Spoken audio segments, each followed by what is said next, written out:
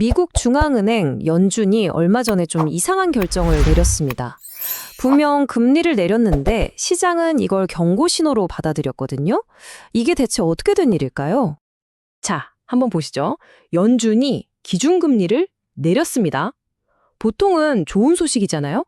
그런데 시장 반응은 환호가 아니라 혼란 그 자체였습니다. 많은 전문가들이 이걸 매파적 금리 인하라고 불렀어요. 아니, 금리 인하가 어떻게 매파적일 수 있죠? 이것 때문에 투자자들이 물론이고 다들 어리둥절했는데요. 근데 잠시 후에 파월 의장이 나와서 완전 다른 뉘앙스의 메시지를 던집니다. 도대체 연준의 진짜 속내가 뭘까요? 오늘 그 속을 한번 제대로 들여다보겠습니다. 이 수수께끼를 풀려면요. 우선 시장이 왜 이걸 매파적이라고 봤는지 그 근거부터 하나씩 짚어봐야 합니다. 연준이 은근슬쩍 흘린 긴축 신호들이 있었거든요. 그 전에 이거부터 간단히 정리하고 가죠. 매파랑 비둘기파, 경제 뉴스에서 정말 많이 나오잖아요. 아주 간단합니다. 매는 사나우니까 긴축, 비둘기는 평화의 상징이니까 완화. 이렇게 기억하시면 아주 편해요.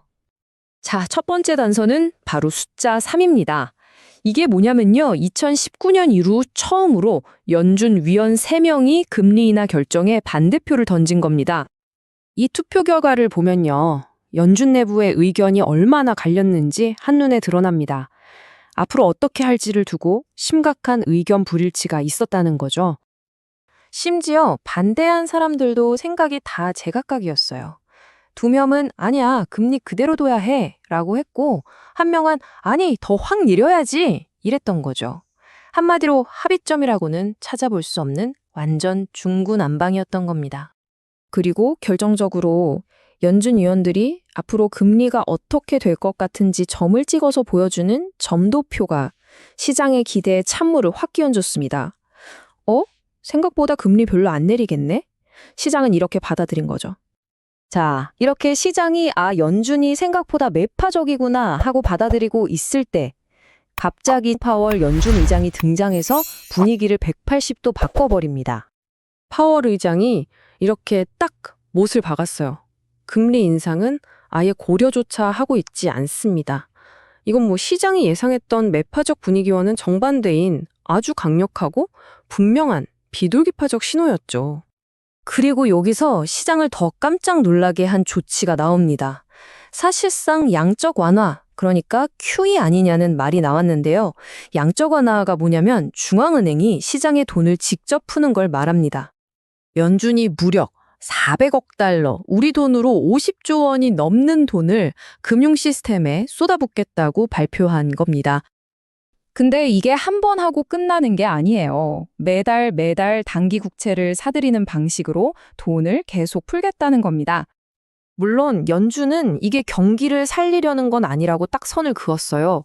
뭐랄까, 금융 시스템이라는 우리 몸의 혈관이 갑자기 막히는 걸 막으려고 미리 혈액순환제를 투입하는 그런 위기 방지용 조치라는 거죠.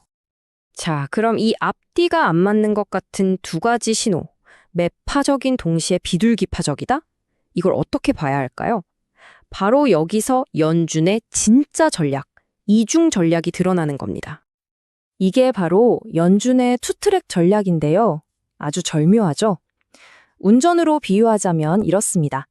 한 발로는 금리라는 브레이크를 살짝 밟으면서 속도를 조절하겠다는 신호를 주고 동시에 다른 한 손으로는 금융시장이라는 엔진에 현금이라는 오일을 계속 부어줘서 멈추지는 않게 만드는 거죠. 그렇다면 이 아슬아슬한 균형 잡기가 앞으로 미국 경제 그리고 우리에게 어떤 의미를 가질까요? 좀 의외인 건요. 연준이 경제를 꽤 좋게 보고 있다는 겁니다. 실제로 내년 경제 성장률 전망치를 생각보다 많이 올렸어요. 파월 의장은 이런 낙관론의 근거로 생산성 향상을 꼽았는데요. 여기서 아주 흥미로운 말을 덧붙입니다. 그 배경에 혹시 AI 기술이 있는 것 아니냐고요. 하지만 이런 낙관적인 전망에도 불구하고 연준의 이런 애매한 태도 때문에 미래는 한 치 앞을 볼 수 없는 짙은 안개 속에 빠져버렸습니다. 다음에 뭘 할지 도무지 예측이 안 되니까요. 모두가 불확실성 속에 놓인 겁니다. 결국 우리에겐 마지막 질문이 남습니다. 연준은 지금 두 가지 다른 문제를 두 가지 다른 도구로 관리하며 아슬아슬한 외줄타기를 하고 있습니다. 그런데 만약에 경제에 큰 충격이 와서 금리 통제와 시장 안정 둘 중 하나를 골라야만 하는 순간이 온다면 과연 연준은 어떤 선택을 하게 될까요? 지금 모두가 던지는 질문이 바로 이겁니다. 구독과 좋아요는 영상을 만드는데 큰 힘이 됩니다. 감사합니다.